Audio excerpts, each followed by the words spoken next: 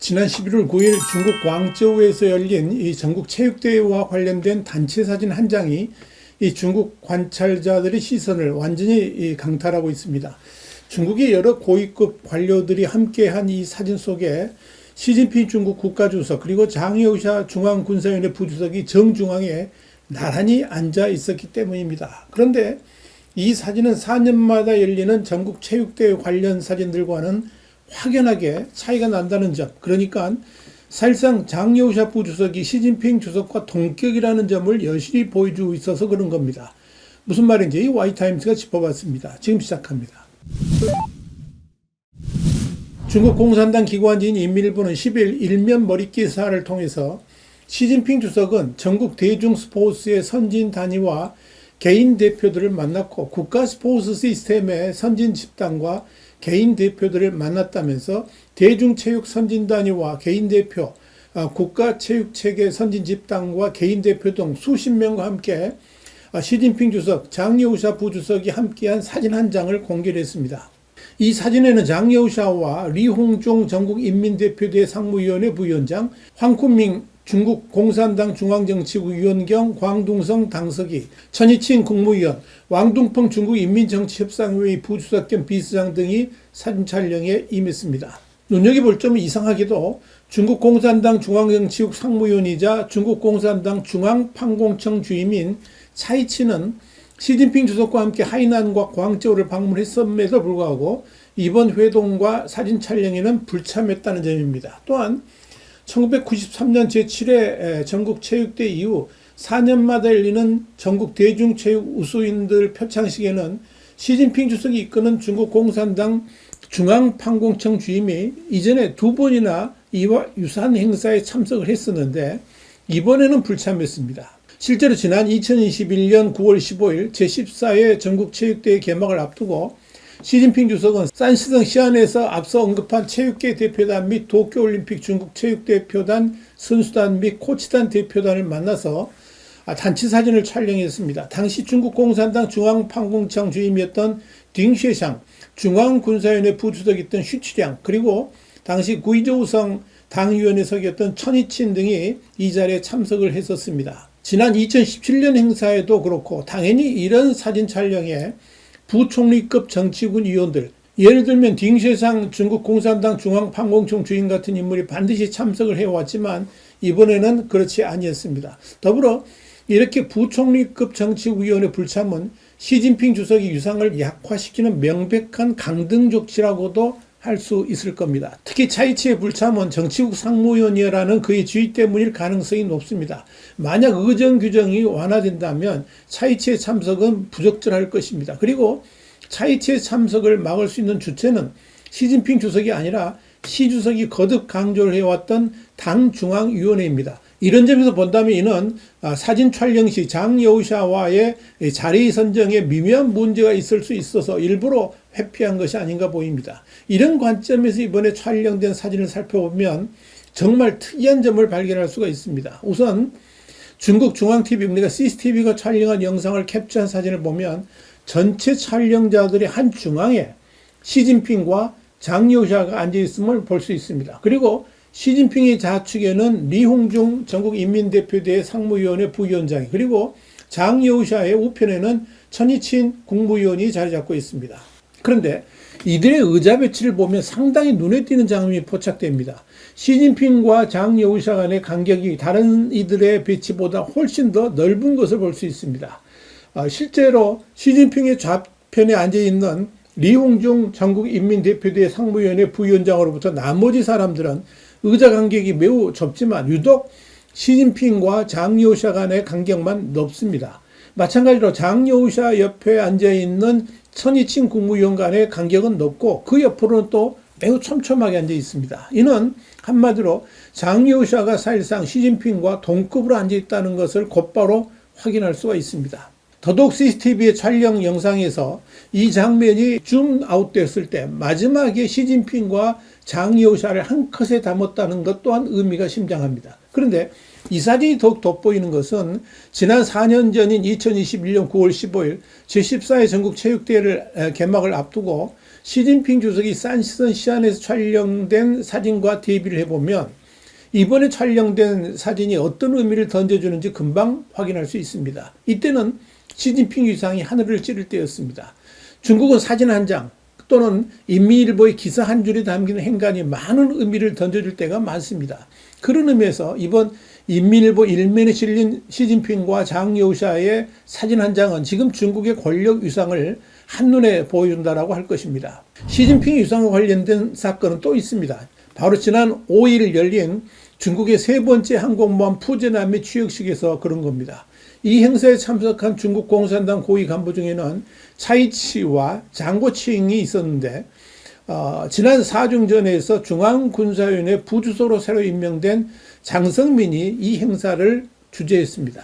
그런데 이번 푸젠함 취역식은 과거 2012년에 랴오닝함 그리고 2019년에 산둥함 취역식과는 확연하게 달랐습니다. 산둥함 취역식 당시에 권력이 절정에 달했던 시진핑은 당연히 이를 매우 중요하게 생각해서 취역식에 직접 참석을 했습니다. 당시 인민일보는 해군과 항공모함 건조부대의 대표 약 5천 명이 부두에 깔끔하게 줄을 섰다면서 고위 관리로는 당시 중국 공산당 중앙위원회 사무국 주임이었던 딩쉐상, 류호 부총리, 국가발전개혁위원회 주임 허리펑, 중앙군사위원회 합동참모본부 이조청 등이 참석했으며 중앙군사위원회 2인자인 장여우샤가 행사를 주재하고 취역, 함명, 선체 번호를 발표했으며 중국 선박공업위안회사 회장 레이판페이와 해군사령관 선진룽이 행사에서 연설을 했다라고 보도를 했습니다. 그런데 이들 두 행사와 이번 푸젠함 취역식은 6가지 관점에서 매우 차이가 납니다. 첫째, 장성민만이 고위 군 간부 자격으로 시진핑을 수행했습니다. 중앙군사위원회 부주석 장여우샤와 합동참모본부 류전리는 불참을 했고 해군사령관 후중밍도 사건으로 인해 불참한 것으로 보입니다.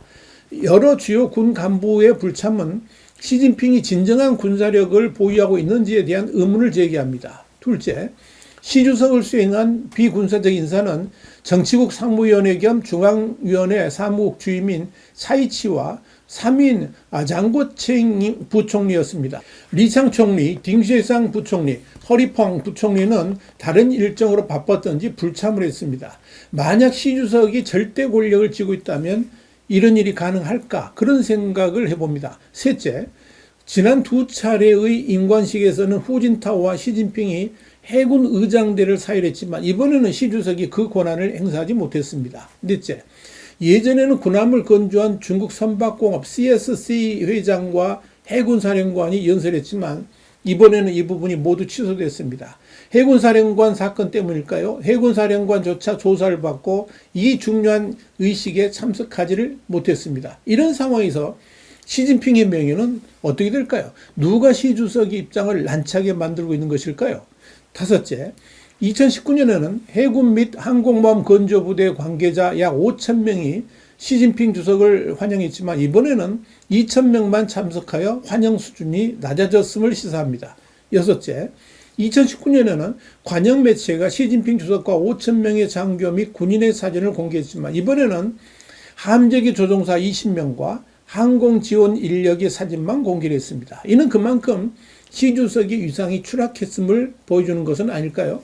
이와 함께 결정적인 것 하나 더, 과거하고는 다르게 중국 해군의 유용을 드러낸다고 자랑스럽게 선전하는 푸젠함 취역식임에도 불구하고 이 장면을 당당하게 생중계하지도 않았고 그것도 비밀리에 시행했습니다. 그리고 이틀이나 지난 후에야 비로소 공개를 했습니다. 중국의 군부는 왜 이 취역식 행사를 그런 식으로 다뤘을까요? 중국 군부의 위상은 확실하게 변했습니다. 과거에는 시진핑이 군부를 완전히 장악하고 인사권까지 시행을 했지만 지금은 전혀 그렇지 못하다는 것이 여기저기서 발견됩니다. 지금 상황에서 장여우샤는 압도적 위압감을 드러내고 있습니다. 이는 장여우샤가 군부 내의 친시진핑파인 푸젠파를 완전히 척결했기 때문에 가능한 일일 것입니다. 2015년 말부터 시진핑은 대규모 군 개혁을 단행해서 젊은 장군들을 빠르게 고위직으로 승진시켰습니다. 당시 두각을 나타낸 인물 중에는 мя오와 같은 인물들이 있었는데 이들은 나중에 스캔들에 휩싸이게 됩니다. 이들 중 다수는 푸젠에 주둔하던 30일 집단군이나 관련 세력 출신이었습니다. 시진핑 관리를 깨고 자신의 측근인 мя와를 군수장으로 승진시켰고 또 다른 측근인 허위둥을 정치국 위원 겸 중앙군사위원회 부주석으로 직접 승진시켰습니다. 중앙군사위원회의 초대 부주석 2명 중 장여우샤는 장비 개발 및 훈련 관리 등 군사 업무를 담당했습니다. 허위둥은 군기강, 인사, 선전 등 정치 업무를 주로 담당해서 사실상 감독 역할을 했습니다. 두 사람 모두 정치국 위원이었습니다. 장여우샤가 더 높은 직책을 맡았지만 허위둥은 더 큰 실권을 행사했습니다. 취임 후에 허위둥의 야망은 더 커졌습니다. 2013년 7월 그는 장여우샤의 잠재적으로 문제가 될 수 있는 군수 조달 사업을 집중 조사를 하고 장여우샤의 측근인 로켓군 사령관 리차오와 전 국방부장 리상푸를 제거했습니다. 2024년 3월 중국 공산당 양위 기간 중에 허위둥은 군 대표회의에서 군의 거짓 전투력을 단속하겠다고 선언을 합니다. 사우스차이나 모닝포스트는 2024년 3월 9일 회의록을 입수했다고 주장하면서 이 사실을 보도를 했습니다.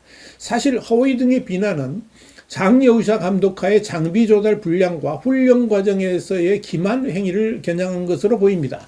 미국 언론은 중국 공산당의 미사일에 연료 대신 물이 채워져 있었다고 보도한 바 있습니다. 이에 장여우샤 파벌은 허위둥의 측근인 мя와가 관직을 매도했다고 고발하면서 보복을 했고 시진핑은 조사를 승인해야만 했습니다. мя와가 직위 해제 및 조사를 받은 직후 허위둥 역시 갑자기 실종됩니다. 평민 출신인 허위둥은 홍을다이 출신의 장여우샤가 이끄는 구태자파의 적수가 되지를 못했습니다. 이런 과정이 있었기 때문에 장여우샤는 철저하게 친시진핑파를 확실하게 제거를 하면서 군권을 완전히 장악한 것이고 특히 시진핑과 관련된 비리들을 모두 가지고 있기 때문에 행정권을 가지고 있는 시진핑도 장여우샤를 함부로 대하지 못하고 있는 것입니다. 이렇게 지금 중국은 시진핑과 장여우샤 두 사람이 오월동조하는 행세를 보이고 있다라고 할 수 있을 겁니다. 화이트타임 중국 관찰이었습니다. 감사합니다.